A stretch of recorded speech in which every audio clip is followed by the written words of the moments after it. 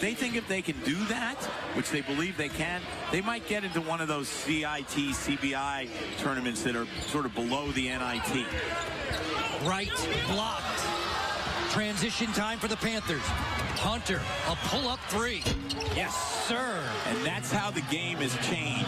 When you run the break nowadays, you don't necessarily fill a lane. You run to the three-point line. Holloway right back. He was blocked by R.J. Hunter, who has 10 points in this first half. Hunter coming back alertly to block that shot from behind. Tremendous run for Georgia State. 14 unanswered. Timeout. All you would need is a timeout. Devonta White all fired up on his way back to the huddle. 17 unanswered. And a lot of this has to do with what we talked about in the pregame, the inconsistency of George Mason's offense, excuse me. They're well into double figures, Joe, but they don't force their shots. They're taking good shots most of the time. All of them have a green light. The Patriots have gone cold at this end offensively. Gujanicic spins to the glass. He was fouled. Good confidence, not just now, but as the game goes on. Two swishes. That early work paid off right there that you were talking about. Gujanicic earlier in the season missed the game with a hamstring injury. Seems healthy as a horse right now. It's 38-26 Georgia State in blue. Started their opener against Virginia, which freshmen don't do that often in this program because they've got a lot of experience. R.J. Hunter doubled at the midline. Devonta White. Oh, they can't miss.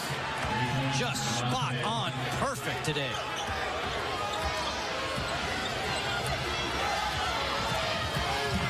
Brian Allen looks to respond, takes it all the way to the basket. An awkward shot that won't fall. Tough to drive into the teeth of that zone. Devonta White works off the screen of Kreider. Misses that one. He's human. Apparently. However, Georgia State earns the basketball. When you're struggling on defense the way Mason has been, largely because of Georgia State's hot shooting, and they finally miss one, and you don't get the rebound, you just want to beat your head against the wall. Only Northeastern in CAA play this season, John, shoots better from three than the guys in the blue jerseys. Northeastern came in here and had an unbelievable second half. Richardson shows you how. That's his third three. I was about to say Northeastern scored 51 in the second half. They've scored 44 now with 4:53 left. We shout out thanks to all the men and women in our technical crew today. One and only get together between these two squads, and George Mason's gone cold for better than 4 minutes. And you can't afford to do that in a high-tempo game like this, especially when your opponent's making everything. Gujanicic gets to the rim. Gujanicic has given them a much-needed spark. They need more than that. They're still down 16, but he's given them 4 points in the last couple minutes. Best game of the year for him, John, was a double-double against James Madison. Helped earn him CAA Rookie of the Week honors. That was a big road win for George Mason.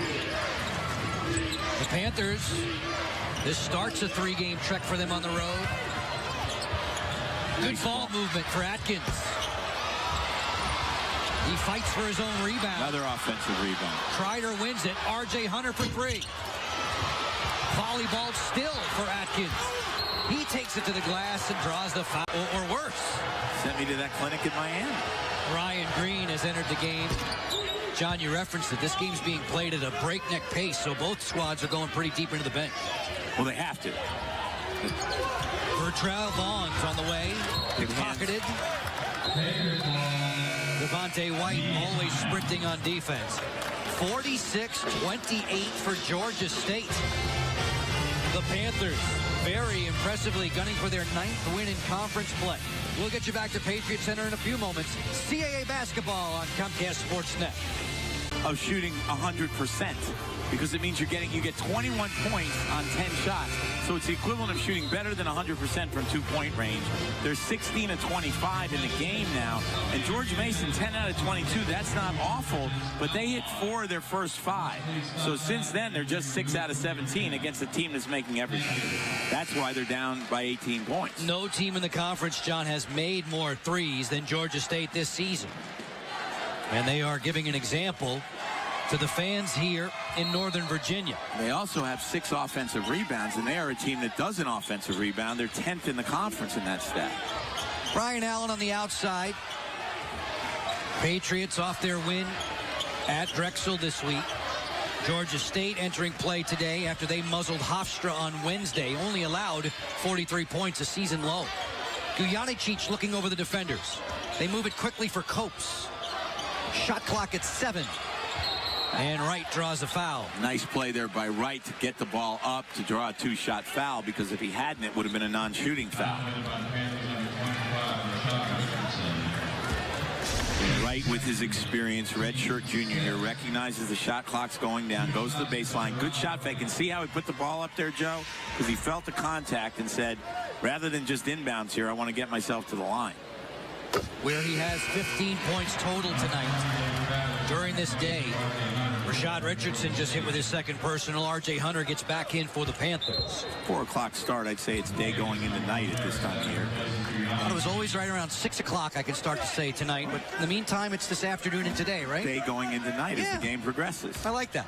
It'll be dark when we walk out of the building. Stop the presses. Wright missed a free throw. Doesn't miss them often. You mentioned Hofstra scoring 43 points on Thursday night. Georgia State's got 46 in less than a half. Devonta White has been the distributor. He's been the orchestrator. He's been the conductor.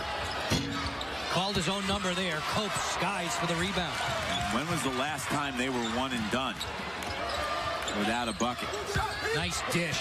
Inside, that's a lay-in for Paris Bennett. Bennett just came in off the bench, and they find him right away. Nice interior pass there. Georgia State is not going to want to slow the ball down here. They want to keep attacking. Another of those freshmen, 20 in the blue, David Travers, coordinating with Manny Atkins. Atkins for 3. This one's tapped out of bounds, and the officials are going to say Patriots ball. 2 straight empty possessions for Georgia State. They might want to stop the game and present the ball to George Mason's defense, which, in fact, they will. They'll present them the ball offensively there. Rare miss, battle for the basketball. Hard to tell who it went off there, but Mason gets the call. 2.5 minutes to go in the opening half. Stay put, folks. The tour of the CAA. Highlights and stats from this one, as we are chock full on the menu. It's a big game for George Mason. They're only a game out of second place for that second seed in the conference tournament. Gujanicic on the lay-in. Giving him a nice spark here. 6 points off the bench, and Ron Hunter's going to use his first half use it or lose it timeout right here, because he senses his team has cooled off a little bit, and he wants to get them under control a little bit and say, look, fellas, we're fine. We're up 13 on the road. Nothing to worry about. Nice drive here by Wright. Good positioning with the body there by Gujanicic, and he goes up in between and uses. By the way, they play in one of the great athletic buildings, IUPUI, in the country. It also has one of the best pools where the Olympic trials are often held in that same building as the basketball arena. Something tells me you have... I have dorked out in that pool. You have done some swimming, some laps in that pool. Not in the Olympic trials. 13-point advantage for the Panthers. But I was sharing the same lane where Michael Phelps swam when he broke his first world record. How about that? R.J. Hunter with a teardrop.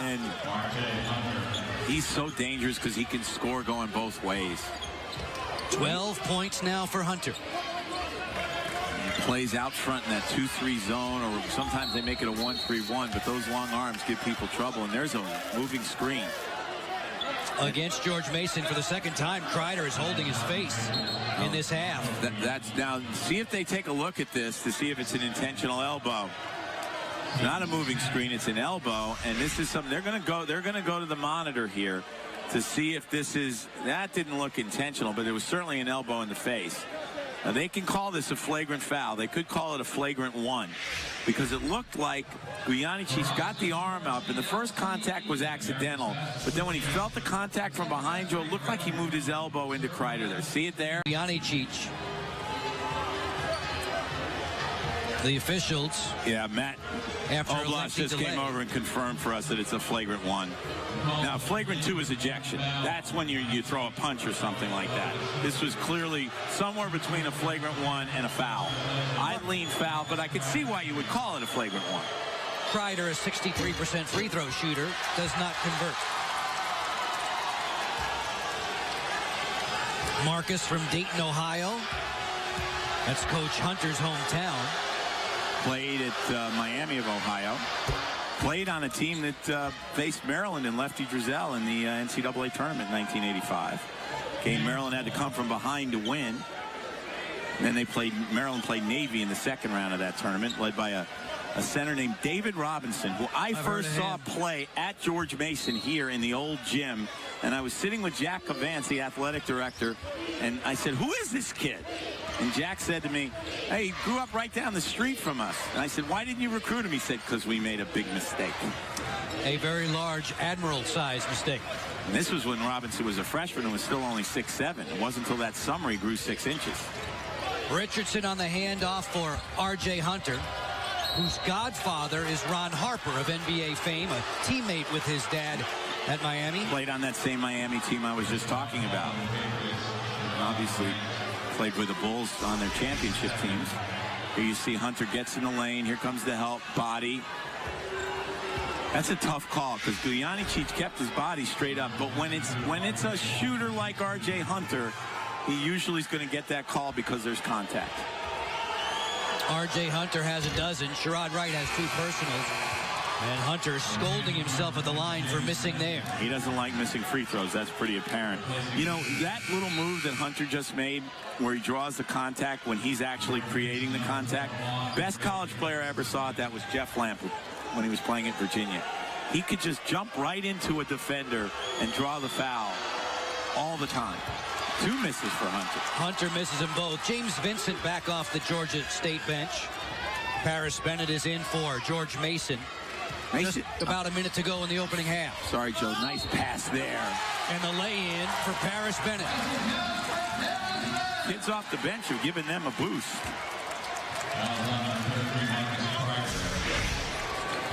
Nice interior passing there. Gujanicic showing, remember that those skills I said he had that don't often always show up in the box score. Nice no-look pass there, setting up Paris Bennett. Gujanicic and Bennett have given Mason a much-needed boost here off the bench to keep them at least somewhere within striking distance. Paris Bennett, in his 3rd year as a reserve, has 5 points today. And he's getting minutes because of Johnny Williams being out with those concussion syndrome. R.J. Hunter all the way to the rack, lost his balance there, and he's hurt. R.J. Hunter is hurt. It looked like he got something in the eye, too. John, he went awkwardly into the lane. Yeah, he slipped. He wasn't fouled. He slipped. And he made a remarkable shot there as he was going down. Watch here. As he makes his move here, going from the left hand to the right, he just slips. And as he goes down, I think his knee he got kneed accidentally there by Vaughn Gray. Let's see what else happens here. He slips. Here comes his own guy. Gujanicic got him in the eye on the way down. And that's Gujanicic getting him by. Again, nothing intentional, and that's why there's nothing called. Because the whole thing started when he slipped, and yet, amazingly, he made the shot. He misses 2 free throws a minute ago, which stuns us, and then he makes a shot falling down. To give Georgia State a 15-point cushion. They should try to go 2 for 1 here, Mason. 50 seconds left. They should try to get a shot up here. That was not a good idea, though. Looking for the alley-oop dunk was Brian Allen. You don't usually want to throw alley-oop passes to 6'3" guards. Unless they can really sky. Brian Allen's a perfectly good jumper, but he's not Michael Jordan. Let's put it that way. You could throw alley-oops to Michael Jordan. Yes, sir. David Travers into the game. Rashad Richardson feeling the George Mason pressure, lobs it out there for Atkins. Kreider says, let's slow the pace. Well, there's a 10-second difference on the shot clock. They might as well just run their offense here. Kreider blocked by Paris Bennett, but there's a foul. Paul Hewitt trying to help his offense by going to pressure defense. And they did manage to rotate back to force them to run their half-court offense, but still a very good pass there. It sets Kreider up, and he gets fouled from behind. And now Mason will probably hold for the last shot, but they're going to be down at least 15 with the ball, maybe as much as many as 17. No more than 60. Kreider, a 63% free throw shooter, already has 5 on the day. Big James Vincent, a shot blocker, gets back in for the Panthers, as R.J. Hunter is tended to on the Georgia State bench. Got a little knot there on the corner of his eye. He'll be fine. He'll be down by, he'll be okay after halftime, but no reason for him to have to play defense on the last possession. Kreider misfires twice. Now, I'll tell you what, if George Mason can score here and go off the floor down 12 or 13, given the onslaught they faced, they probably won't feel that bad in the locker room. George Mason surprisingly 3-3 on its home floor this season. They were perfect in CAA play last year, 9-0, trailing by a boatload, 8 seconds in the half. Gujanicic fumbled the ball. They just lost it, unforced error. Kreider with a heave as this first half comes to its conclusion. 51-36 in favor of Georgia State. Sherrod Wright started off swiftly, hitting everything from behind the arc. But Kreider and the Panthers would respond. A brilliant shooting performance for Georgia State, and as a result, the second half, the first 5 minutes, they're either going to bring this crowd into the game and put some pressure on Georgia State, or if the lead builds, a lot of people might leave early for dinner. On this homecoming weekend, a very nice crowd inside of Patriot Center. George Mason coming into today's action, 15-10 overall, 8-5 in the conference.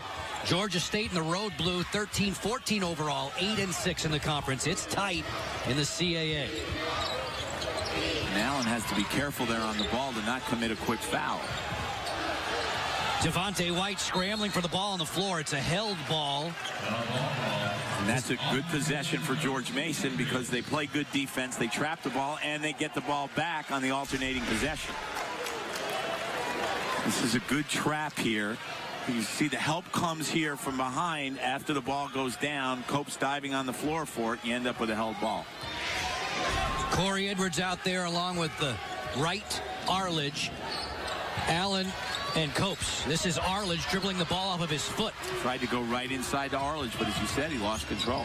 And Atkins will wheel out there and find R.J. Hunter. Silky smooth from 3. He's got 17 on the day. And George Mason had 11 turnovers in the first half. And against a team like Georgia State that likes to beat the defense down, you can't have turnovers like that because it leads to open shots. They were turnover prone against Drexel in the first half on Thursday. Then they only committed 4 in the second half, rallied to win that. Turn that game around. Edwards for 3. Misfires. Tough rebound for Arledge as he rolls with it on the floor. And that'll be Georgia State's ball because it's their turn on the alternating possession. And Georgia State has been buttoned up tight with a basketball. They've only committed 2 turnovers in the entire game. And a lot of that gets